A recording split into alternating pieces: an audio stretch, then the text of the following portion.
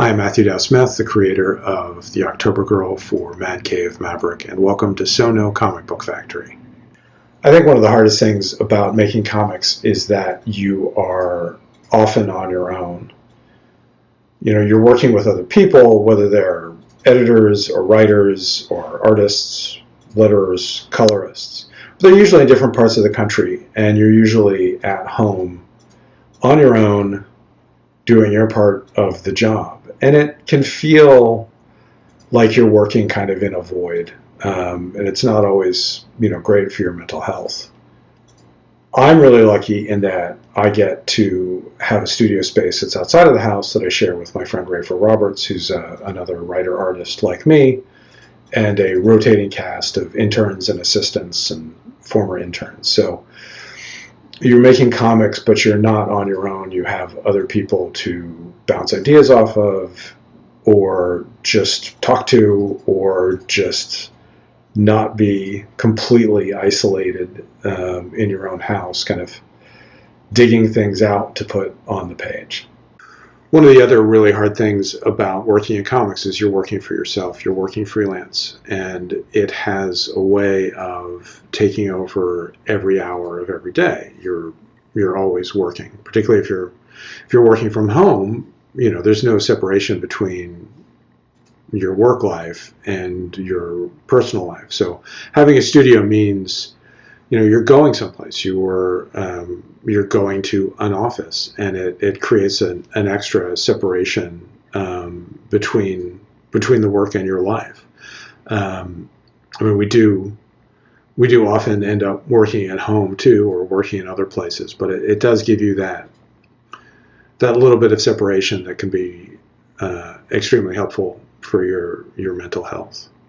So everything on The October Girl was done entirely here on the computer. I use a program called Clip Studio Paint, and I work on a Wacom Cintiq, which is just a monitor that allows you to draw directly on the screen, which is how somebody like me, who started out in comics drawing on paper with pens and pencils, is able to transition to an entirely digital environment. So everything from the panels to the word balloons to the lettering and all of the lines you see and all the colors you see were all done entirely in the computer, drawn directly on the screen by hand. So I've been working digitally, I think, about 10 years now. I started out in mainstream comics drawing directly on boards. In fact, every comic that I ever drew before going digitally was done on this board right here, which my parents gave me for Christmas. And in 5th grade, they gave me my own drawing board, and they gave me a copy of How to Draw Comics the Marvel Way, which I still refer to this day. But yeah, I drew everything on this board for 20 years. I've been drawing comics now for more than 30 years. So 20 years of drawing directly on paper, and then switching to a digital environment was an entire learning process for me, and relearning how to make the kinds of lines I wanted.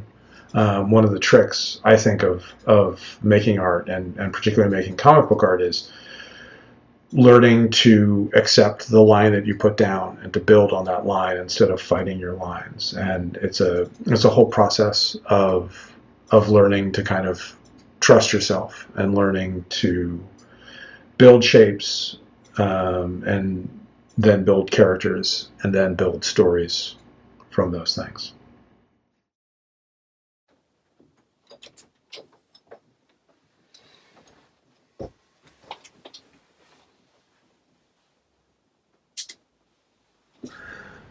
So this is my other office. This is my home studio. This is where I work when I'm not at So No Comic Book Factory, at nights, in the mornings, or if I'm in the middle of a project that just really requires a lot of concentration, where having other people around slows me down or makes it a lot harder for me. The one benefit of working from home, at least sometimes is that the home office has several places for the cats to sit so they can keep me company, though none of them are actually in here right now.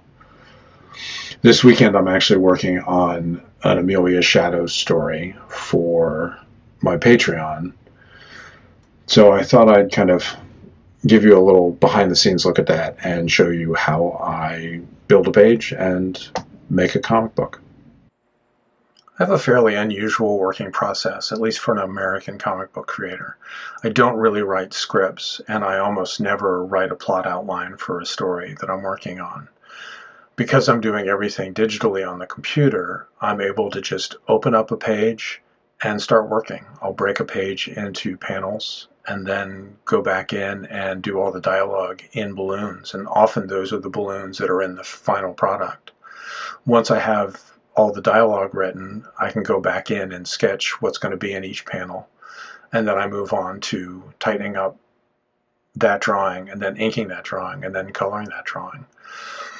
It's a really interesting way to work, and I really enjoy doing it this way because I'm telling myself the story first. I will often have absolutely no idea where the story is going to be going until I get there. And if I have an idea of what the ending is going to be, half the time, by the time I get to the ending, it's something totally different than what I expected. So I'm the first reader of any story I do, essentially.